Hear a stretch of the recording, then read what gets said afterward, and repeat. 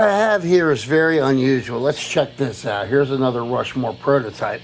Now, the original prototype from way long ago is here. It's finished. It's got nitro lacquer on it.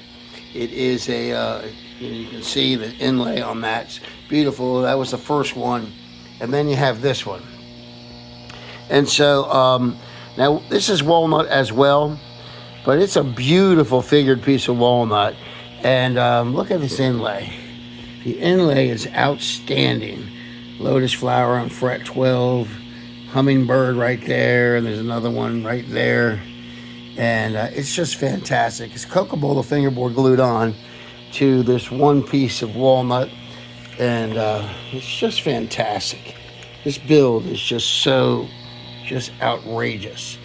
And, you know, really it's special because there's nothing really like it. I've never seen a walnut Flying V all one piece of wood like this guy, ever. It's got a William Wiggins brand to pick up there in the bridge.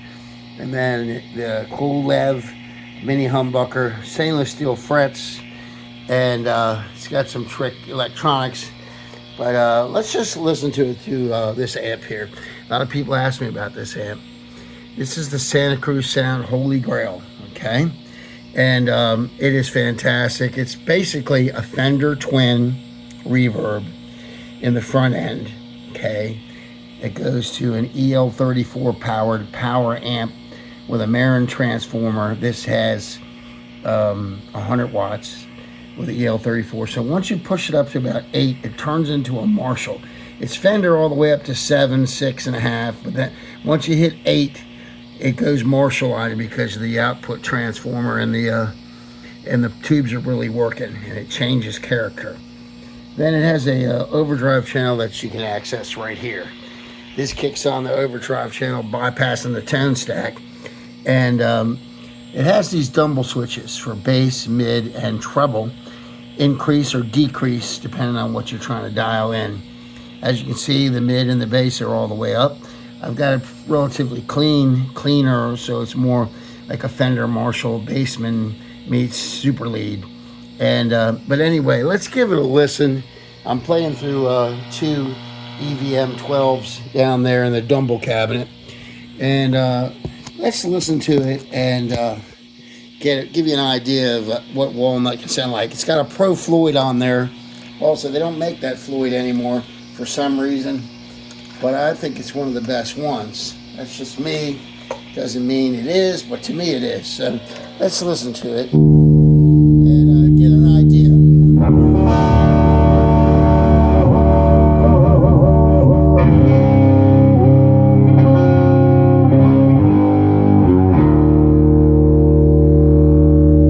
I'm all the way up.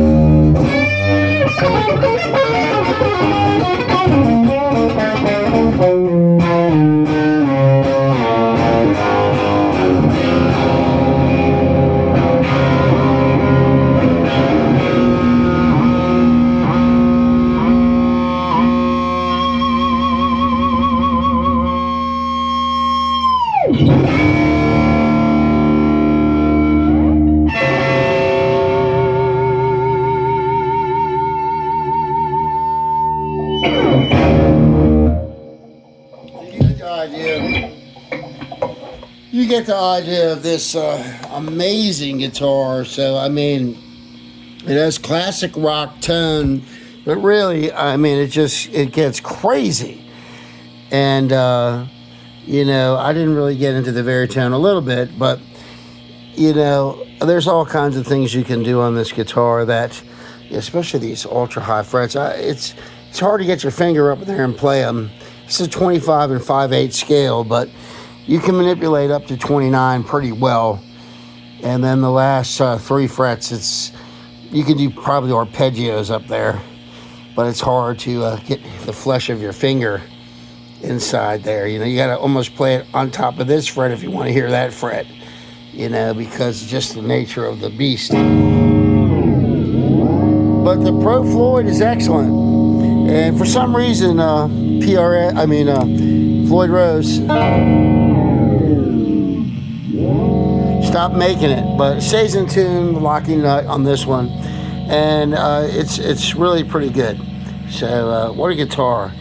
And at Rushmore, we try to make something a little different for your money than what you're going to get from the traditional guitar companies.